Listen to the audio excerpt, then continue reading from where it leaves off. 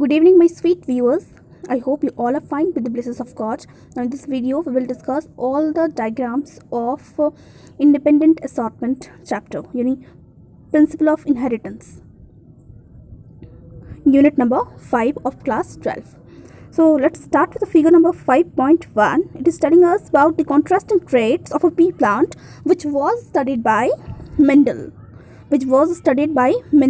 So here it is clearly given all the traits which was studied by Mendel. The first is seed shape, and then seed color, flower color, pod shape, pod color, flower positions, stem height, and you will observe here one out of that a dominant trait and the second one recessive trait. So dominant trait will be expressed in F1 generations. क्या होगा, dominant trait जो है वो F1 generation में express हो जाएगा. यानी कि अगर कैपिटल टी है टॉल के लिए, यानी टॉल के लिए अगर कैपिटल टी है विच इज़ अ डोमिनेंट, और अगर सपोज स्मॉल टी है ड्रॉफनेस के लिए यानी रिसेसिव, तो F1 में अगर हमें स्मॉल टी कैपिटल टी मिला, यहाँ पे स्मॉल टी है फिर भी capital T will be dominant, फिर भी कैपिटल टी ही डोमिनेंट होगा, हेंस टॉल कैरेक्टर ही ऑब्जर्व्ड होगा. यानी रिसेसिव के प्रेजेंस में भी जो डोमिनेंट है वो ही एक्सप्रेस हो जाता है, उसकी ही जो फीचर है वो एक्सप्रेस होती है, जो यहाँ के सारे डोमिनेंट ट्रेट्स में होगा, चाहे वो round shape of the seed हो, yellow colour of the seed हो, violet colour of the flower हो, फुल पॉट शेप फुल हो, या तो पॉट का colour which is green, and then the flower position which is axial, and the tallness of the plant also, and वही उसके opposite sides में सारे recessive traits जो कि एक्सप्रेस नहीं होंगे. Moving toward the next number figure, that is 5.2. Step in making a cross in P. यहाँ पे बताया स्टेप्स जिससे हम क्रॉसिंग करवा सकते हैं. तो सिंपली देखो यहाँ पे क्या बोला है, ट्रांसफर का पॉलन का ट्रांसफर करवाया, पॉलिनेशन कॉज करवाया, एंड जिसके बाद बताया जा रहा है कि सारे F1 जो जनरेशन हमें मिले सब टॉल है, and as I have said कि वहाँ पे सब एक जो डोमिनेंट कैरेक्टर है वो एक्सप्रेस कर जा रहा है, इसके वजह से ही यहाँ पे सारे टॉल हैं. And then one thing to be noted here कि कैरेक्टर कितने थे, 7. मेंडल ने जो एक्सपेरिमेंट किया उसके कैरेक्टर थे 7, जीनोटाइप था 7, बट एलील्स 14 थे एंड ट्रेट्स 14 थे. सो कैरेक्टर 7 थे, जीनोटाइप 7 थे, बट जो एलील्स हैं एंड ट्रेट्स हैं वो थे 14. Alleles were 14, traits were 14. Now we are moving toward the next diagram 5.3, and that is showing us a cross between a dominant tall plant, a dominant homozygous tall plant with a recessive dwarf. Obviously dwarf recessive ही यहाँ पे होना है because dominant पे तो ये express ही नहीं होता. फिर हमने इसका क्रॉस करवाया, क्रॉस जैसे ही हम करवाएं, सेल्फिंग जैसे ही हमने करवाया, so what we are getting, इनके रिजल्ट से तो हमें कैपिटल टी स्मॉल टी मिल गया था, बट उसके बाद में हमने कैपिटल टी स्मॉल टी का सेल्फिंग करवाया. ठीक है, उसके बाद में हमें F2 जनरेशन मिला, and as I have said कि F1 जनरेशन में तो सब टॉल थे क्योंकि डोमिनेंट कैरेक्टर जो है वो एक्सप्रेस जा रहा था. बट जैसे ही हमने F2 जनरेशन ऑब्जर्व किया, what we observe is there was a dwarf also, that is in the phenotypic ratio 3:1, यानी 4 में से एक हमको डॉर्फ मिला, और वो जो डॉर्फ हमें मिला that was purely recessive, तभी जाकर के वो अपनी ड्रॉफनेस को एक्सप्रेस कर पाया है. तो उसका फिनोटिपिक रेशियो यहाँ पे हो जा रहा है 3:1. वही इसका दूसरे फिगर पे हम देखते हैं, दूसरे फिगर पे भी हमें बता रखा है इसी सेम चीज़ को दूसरे जगह दूसरे पेज पर भी एक्सप्रेस कर रखा है. You can easily observe here capital T small T जब क्क्रॉस किया तो क्रॉस करने के बाद में इस टेबल के फॉर्म में दिखा रखा है जो भी हमने वहाँ पे ऑब्जर्व किया था, that all the plants are tall here. Second, and then when we are selfing it, देखो कैपिटल टी स्मॉल टी का जब हमने सेल्फिंग करवाया तो हमें मिला capital T small T and small T. इसका मतलब है कि 3 टॉल एक डॉर्फ, यानी कि फिनोटिपिक रेशियो 3:1 और वही जीनोटिपिक रेशियो 1:2:2। जीनोटिपिक रेशियो 1:2:2 1:2:1 क्यों? क्योंकि कैपिटल टी एक है, कैपिटल टी स्मॉल टी 2 है और स्मॉल टी 1 है, तो यानी 1 2 एंड 1 1:2:1। और वही जो फिनोटाइपिक रेशियो है, फिनोटाइप मतलब जो हमको दिख रहा है, phenotype is what we it is expression, जो एक्सप्रेशन शो हो रहा है वही है फिनोटाइप। तो वो तो टॉल है ना, 3 में ही टॉल है, तीनों में टॉल है, तो इसी वजह से वो उसका रेशियो जो है वो हो जा रहा है 3:1।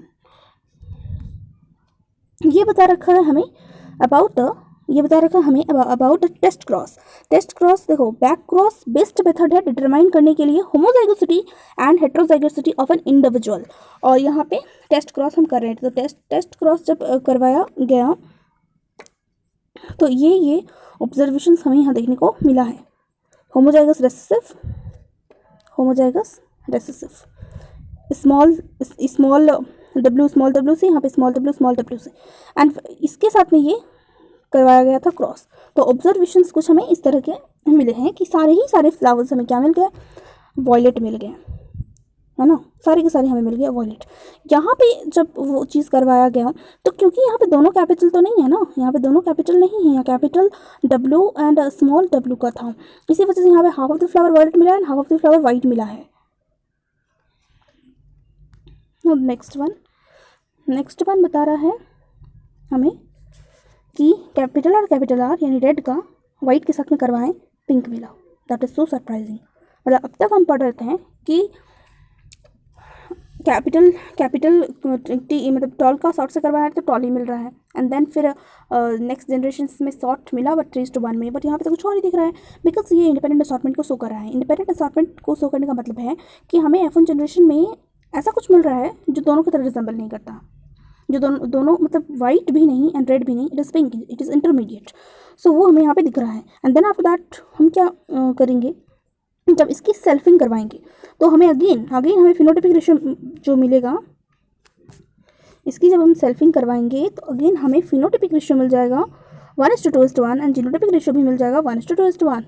क्योंकि फिनोटाइपिक रेशियो क्यों 1:2:1, क्योंकि 2 पिंक, रेड नहीं है 2, यहाँ पे रेड नहीं है, यहाँ पे 2 जो है वो पिंक है, एक रेड एक white, hence 1:1 phenotype B and genotype B.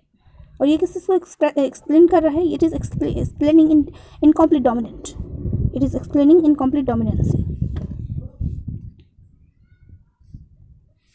Moving to the next figure, that figure is about blood grouping. इसने बता रखा है ब्लड ग्रुपिंग के बारे में। तो ब्लड ग्रुपिंग के बारे में जब इसने हमें बता रखा है तो सबसे पहला जो है क्या है, alleles from parent 1, that is IA, alleles from parent 1, second is alleles from parent 2 and then genotype of the offspring and then blood type. So हमें सिंपली यहाँ मिल रहा है देखने को कि अगर कैपिटल IA है तो ये दोनों ही A को एक्सप्रेस कर देंगे, देन ब्लड ग्रुप A हो जाएगा। ये है दोनों डोमिनेंट है, हेंस AB ब्लड ग्रुप। अगर ये है तो स्मॉल आई जो एक्सप्रेस नहीं हो पाएगा कैपिटल के सामने, इसलिए ये भी ब्लड ग्रुप A हो जाएगा। सिमिलरली यहाँ पे A भी दोनों को रिप्रेजेंट करेगा, यहाँ पर B डोमिनेंट हो रहा है, यहाँ पर भी B डोमिनेंट हो रहा है, और यहाँ पर O जो कि दोनों रेसेसिव है ना, तो एक्सप्रेस हो जाएगा यानी O। तो इस प्रकार से हमें पता चला कि जीनोटाइप के कॉम्बिनेशंस क्या हुए जिसके वजह से हमें ब्लड ग्रुप जो अपीयर हो रहा है, जो ब्लड ग्रुप, वो हमें क्या मिल रहा है। एंड देन हमें यहाँ ये पता होना चाहिए जो ये ब्लड ग्रुप है ये एंटीजन की वजह से होता है, जो एंटीजन हमारे बॉडी में होगा उसी तरह का ब्लड ग्रुपिंग हमारा होगा। Suppose we have blood group B, तो हमारे बॉडी का एंटीजन भी क्या होगा, B होगा।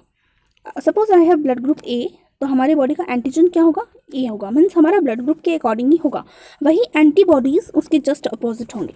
यानी if I have a blood group A, if I am B positive, okay, so if I am B positive तो मेरा एंटीजन B बट मेरा antibody A। Now figure number 5.7 जो फिगर है ये इंडिपेंडेंट असॉर्टमेंट को show करता है, dihybrid cross को भी एक्सप्रेस किया है। जहाँ हमें दिख रहा है कि 2 कैरेक्टर्स को लेकर के हमने क्रॉस करवाया। अब तक तो सिर्फ एक का चल रहा था, अब 2 का, round yellow wrinkled green. Again हम करवाएंगे तो हमें ये इंटरमीडिएट मिलेगा जो कि डोमिनेंट को ही एक्सप्रेस करेगा। फिर हम सेल्फिंग करवाएंगे तो हमें इतने सारे जो ऑब्जर्वेशन है ये ऑब्जर्वेशंस मिलेंगे, and out of that we will get a ratio 9:3:3:1। हमें रेशियो जो फिनोटाइप रेशियो जो इसका मिलेगा, फिनोटाइपिक रेशियो जो हमें मिल जाएगा, that will be 9:3:3:1। Same process. 5.8 number figure. 5.8 number figure क्या बोला? Meiosis and germ cell formation in a cell with a 4 chromosome, and can you see how chromosomes segregate when germ cells are formed। यहाँ पे आपको simply meiosis दिखाया गया है। अब देखो G1 G2 वाइवलेंट में, दैन मियोसिस 1 में एनाफिस कैसे हो रहा है। एनाफिस यहाँ पे सिर्फ दिमाग में ये रखना है, दिमाग में ये रखना है कि किसके बाद क्या क्या चीज़ें हो रही, किसके बाद क्या क्या चीज़ें यहाँ पे हो रही है। दैट्स एक रिप्रेजेंटेशन जिसका पूरा है, ये पूरा दिमाग में छपा लेना है, ये पूरा रिप्रेजेंटेशन यहाँ पे कॉपी कर लेना है कि हाँ यहाँ पर इस तरह से ही जर्म सेल्स बन रहे हैं, इस तरह से जर्म सेल्स फॉर्म्ड हो रहे हैं। वही आप देखोगे दूसरे वाले में तो कुछ और दिखेगा यहाँ पे आपको, ठीक है। 5.9 independent assortment of a chromosome. Independent assortment of a chromosome. meiosis 1 anaphase, then this is meiosis 1 again of anaphase, meiosis 2 of anaphase, this is the meiosis 2 of anaphase, and these are the formed germ cells, these are also the formed germ cells. So this is showing independent assortment of a chromosome.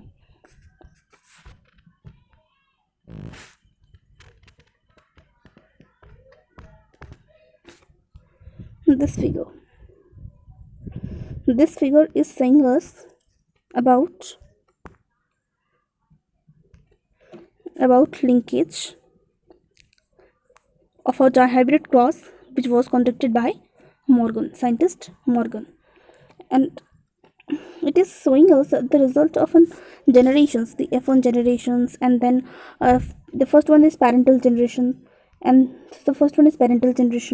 then it's F1 generations, that what kind of result we will obtain here, and then it's F2 generations. So you have to remember these percentile कि हाँ यहाँ पर percentile इतना है, recombinant का इतना है, यहाँ पर parental इतना है, recombinant इतना है, ठीक है। बोर्ड एग्ज़ाम्स में बोर्ड के पॉइंट ऑफ व्यू से ये परसेंटाइल काफ़ी इम्पोर्टेंट है, याद रखना। And now this diagram 5.12 is telling you about the sex determination and about the heterozygosity कि किसमें कौन हेट्रोजाइगोसिटी रखेगा। तो अगर हम बात करें ह्यूमन कपल्स का तो वहाँ पे मेल्स जो है वो हेट्रोजाइगोट होते हैं, फीमेल्स जो है वो होमोजाइगोट होती हैं, उनमें XX ही होता है। जो मेल्स हैं वो हेट्रोजाइगोट होंगे यानी वो XY होंगे। फिर हम बात करेंगे बर्ड्स का, तो बर्ड्स में ये तो हो गया ह्यूमन कपल्स के केस में। अगर हम बात करेंगे बर्ड्स के केस में, तो बर्ड्स के केस में जो फीमेल है ना, सी विल बी हेट्रोजाइगोट। जो फीमेल है वो होंगी heterozygote, she will be responsible for the determination of the sex of a baby, and जो मेल है वो homozygote. And thanks to God कि बर्ड्स में है, ह्यूमन कपल्स में नहीं, क्योंकि ह्यूमन कपल्स में नहीं होता है तब भी फीमेल को सुनना पड़ता है। ऐसे बहुत सारे विलेजेस हैं जहाँ पर फीमेल को ही ब्लेम किया जाता है, सो नहीं होता है तब ब्लेम किया जाता है। सोचो अगर होता तो क्या होता, तो उस फीमेल का क्या होता। तो जो प्रकृति बना है बहुत सोच समझ करके बना है, थैंक्स टू गॉड कि रियलिटी में females are not heterozygote in case of human couple, and female birds are heterozygote. So ये मिडिल वाला जो हाँ ये वाला देखो, यहाँ पर भी XY मेल ही है एंड XX फीमेल ही है, यहाँ पर भी मेल ही हेट्रोजाइगोट है, बस बर्ड्स के केस में ही फीमेल हेट्रोजाइगोट है।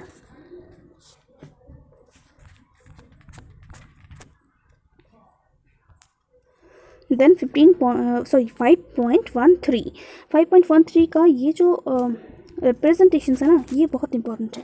ये आपका बहुत ज़्यादा इंपॉर्टेंट है। ये आपको याद रखना है कि आप जब न्यूमेरिकल सॉल्व करेंगे जेनेटिक्स का तो बहुत ज़्यादा हेल्पफुल है, बहुत ज़्यादा हेल्पफुल, स्पेशली पेडिग्री चार्ट के क्वेश्चंस में, स्पेशली पेडिग्री चार्ट के न्यूमेरिकल्स में। तो ये रिप्रेजेंटेशन याद रखनी है कि मेल जो है वो ये फॉर्म होगा, फीमेल का ये फॉर्म होगा, एंड देन आपका जो सेक्स अनस्पेसिफाइड है उसका इस तरह से, इफेक्टेड इंडिविजुअल्स का इस तरह से, मीटिंग मतलब अगर लाइक मेल है एंड देन फीमेल है और एक लाइनिंग है connection, then it is mating, और अगर 2 है then it is mating between relatives, और उसके बाद में अगर इस तरह से दिखाया गया है then it is parents and childrens below. Okay, so it is like that.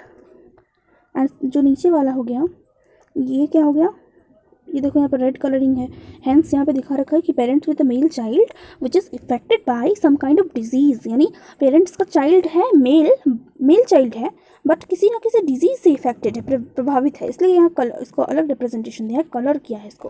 And the last one 5 unaffected offspring, अगर इस प्रकार से हो एंड इस तरह से हो then it will be showing that it is 5 unaffected offsprings.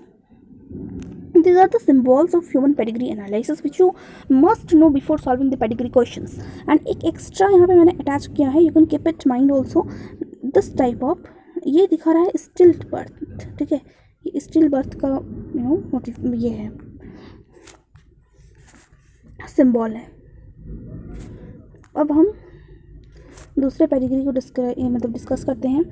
5.14 में सबसे पहला वाला है ऑटोसोमल डोमिनेंट ट्रेट, यानी सबसे पहला वाला ऑटोसोमल डोमिनेंट ट्रेट को एक्सप्रेस कर रहा है, एंड दूसरा वाला एक्सप्रेस कर रहा है autosomal recessive trait. Example autosomal dominant का मायोटोनिक डिस्ट्रॉफी एंड सेकेंड वाले का सिकल सेल एनीमिया। तो ऑटोसोमल रिसेसिव का मतलब क्या हुआ, मतलब देखो पेरेंट्स में कहीं भी ये डिजीज़ हमें दिख ही नहीं रहा है, राइट, पेरेंट में कहीं डिजीज़ दिख नहीं रहा है, but parents are carrier but not diseased, and फिर उसके नेक्स्ट जनरेशन्स में वो कैरियर पेरेंट्स से ट्रांसमिट हो जा रहा है, यानी रिसेसिव कंडीशंस में वो आ जा रहा है, इसकी वजह से वो इफेक्टेड इंडिविजुअल्स हमें दिख रहा है। वही अगर हम बात करेंगे डोमिनेंट का, तो यहाँ पे हमें पेरेंट्स भी इफेक्टेड दिख रहे हैं, एंड पेरेंट्स इफेक्टेड दिख रहे हैं, हेंस चाइल्ड भी यहाँ पे इफेक्टेड हो रहा है, उसके सक्सेसिव चाइल्ड भी यहाँ पे इफेक्टेड हो रहे हैं। एंड यहाँ पे ऐसा भी नहीं है कि ये फीमेल इज़ इफेक्टेड है तो सिर्फ मेल ही हो, यहाँ पे देखो फीमेल इफेक्टेड है तो मेल भी इफेक्टेड, मेल चाइल्ड भी इफेक्टेड दिख रहा है हमें, एंड हमें फीमेल चाइल्ड भी यहाँ पे इफेक्टेड दिख रहा है, ठीक है। 5.15 figure is discussing about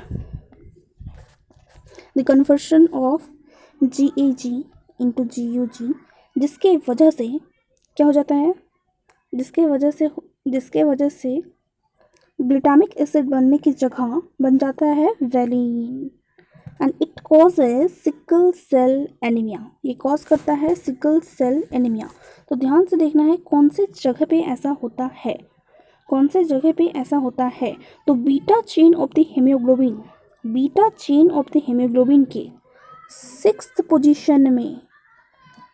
position में ये चीज़ होता है कि GAG कन्वर्ट हो में ये जो A है ये रिप्लेस हो जाता है U से, सिर्फ एक कोडॉन ये जो A है ये रिप्लेस हो जाता है U से, as a result GAG code होने के बजाय GUG हो जाता है, एंड ग्लूटामिक एसिड के वजह वैलिन दे देता है, जिसके वजह से क्या हो जाता है, सिकल सेल की RBC देखने को मिलती है, and sickle cell anaemia cause करता है। नाउ 5.16 फिगर आपको बता रहा है अबाउट द डाउन सिंड्रोम, ठीक है। डाउन सिंड्रोम ये क्यों होता है, ये होता है trisomy in the 21st number of chromosome, यानी 21st क्रोमोजोम, देखो सारे क्रोमोजोम दो हैं, एकदम नॉर्मल है जितना उनको होना चाहिए, लेकिन 21st नंबर ऑफ क्रोमोजोम जो है वो 21st नंबर वाला में ट्राइजोमी है, यानी उसमें एक एक्स्ट्रा है, तो वही चीज़ जो है डाउन सिंड्रोम कॉज करेगा।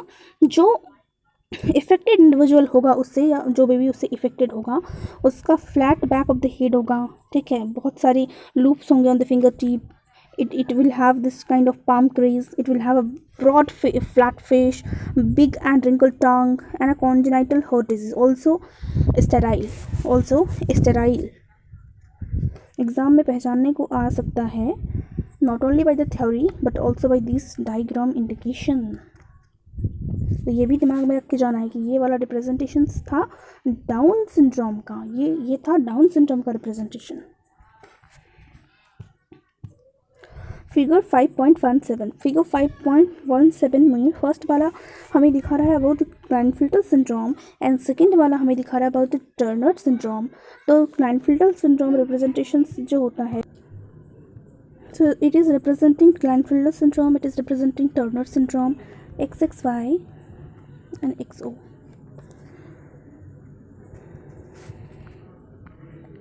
Now that's all for this video. We will discuss the diagram of molecular genetics and evolution in the next video. That's all for today. Thank you everyone, and don't forget to subscribe my channel.